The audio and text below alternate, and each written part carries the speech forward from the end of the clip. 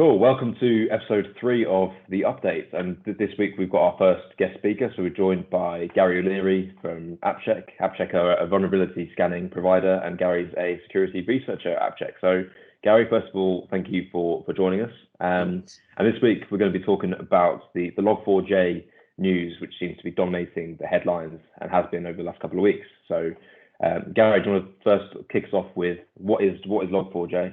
Yeah, so Log4j itself is an open source logging library. It's the most popular logging library that you'll find along with Java applications. So, Java applications, very widespread. Pretty much every network in the world will have some form of Java. The likelihood is that it's running this Log4j logging library along with it to create log files, just as any software does.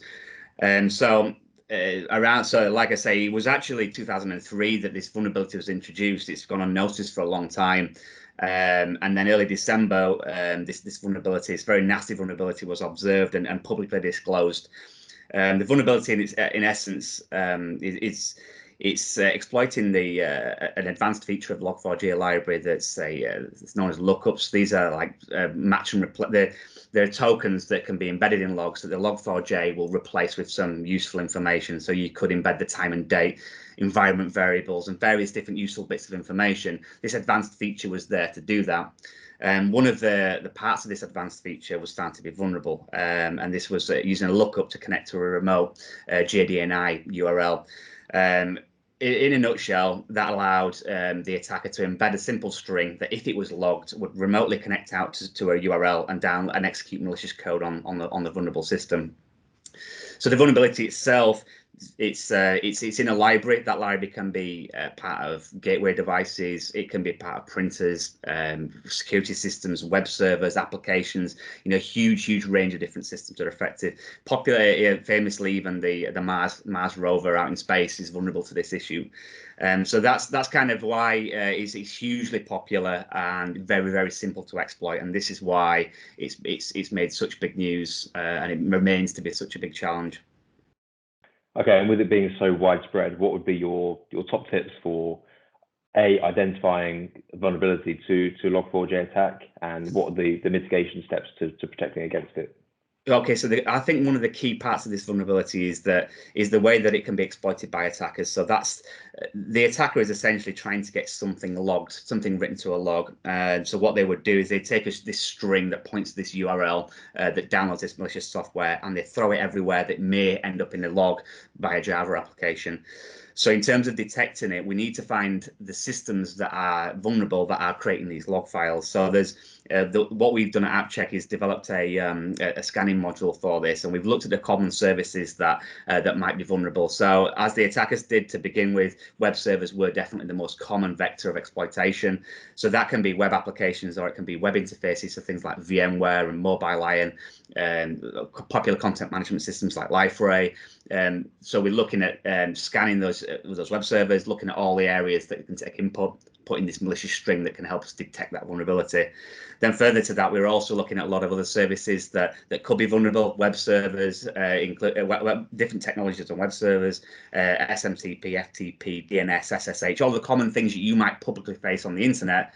We're looking to scan those for the vulnerabilities. So I think that using a scanner that's able to successfully detect this first and foremost will help, I guess, keep the wolves from the door, help you find the vulnerabilities that can now be readily exploited.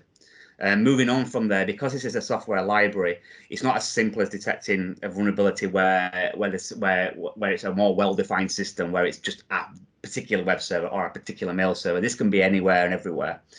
So the next step will be to find where this library is, and I think that probably the easiest thing to do, we're going to post some links along with this video with some recommendations, some example commands that you can run to identify the library, and then either upgrade it or remove the library itself. Those two things are what are most commonly being recommended. Ensure that there's nothing publicly and readily exploitable, because if you don't fix that, it will get exploited. And then next is to do some housekeeping and ensure that future exploitation vectors are removed by finding and eliminating any way you may find this library.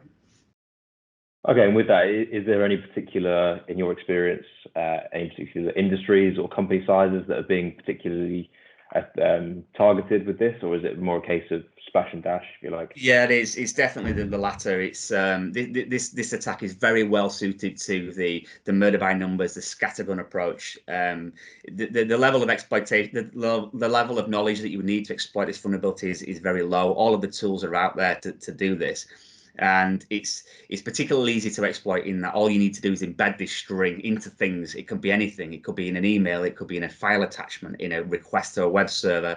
And then, if it gets logged, the exploit executes. And I think a lot of attackers, and this is generally speaking right across all of the attacks that we see in the real world, they're not necessarily focused at exploiting one particular organization. Now, that obviously does exist, but in the most part, it's murder by numbers, hit as many systems as they possibly can do, and then see who they've hacked when the actual vulnerabilities trigger. So in this case, the attacker may see that they've hacked a large organization. That organization may then think that they were the initial target of the attack. They weren't. The attacker didn't really care who they were attacking, just that they were vulnerable.